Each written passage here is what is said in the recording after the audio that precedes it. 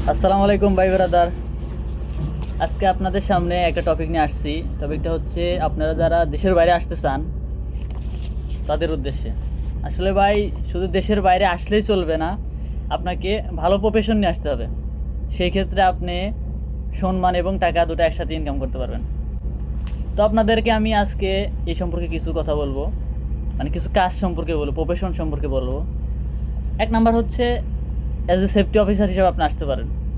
এর জন্য আপনাকে নির্ভর করতে হবে, পড়ালেখা থাকতে হবে। মিনিমাম এসএসসিও চলে, আপনি যদি অনার্স করতে পারেন বা ডিগ্রি করতে পারেন সেক্ষেত্রে চলবে ইনশাল্লাহ।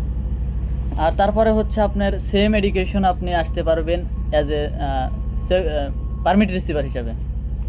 এটা সব কোম্পানিতে হয় না, ইন্টারভিউর মাধ্যমে হয় আর কি। তো আপনি যদি আসতে পারেন তাহলে এরকম আপনাকে পারমিট থাকবে, এগুলো আপনি ফিল করতে পারবেন। তো আরও কিছু কাজ আছে ইনশাল্লাহ, আমি পর্যায়ক্রমে বলবো। তো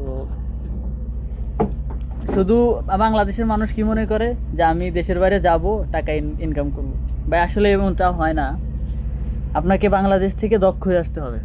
যদিও বাংলাদেশ সরকারের এখানে কোনো ভরক্ষেপ নাই, ওনারা শুধু লোক পাঠায়, টাকা নেয় বেশি। বাইরের দেশে এমনটা হয় না।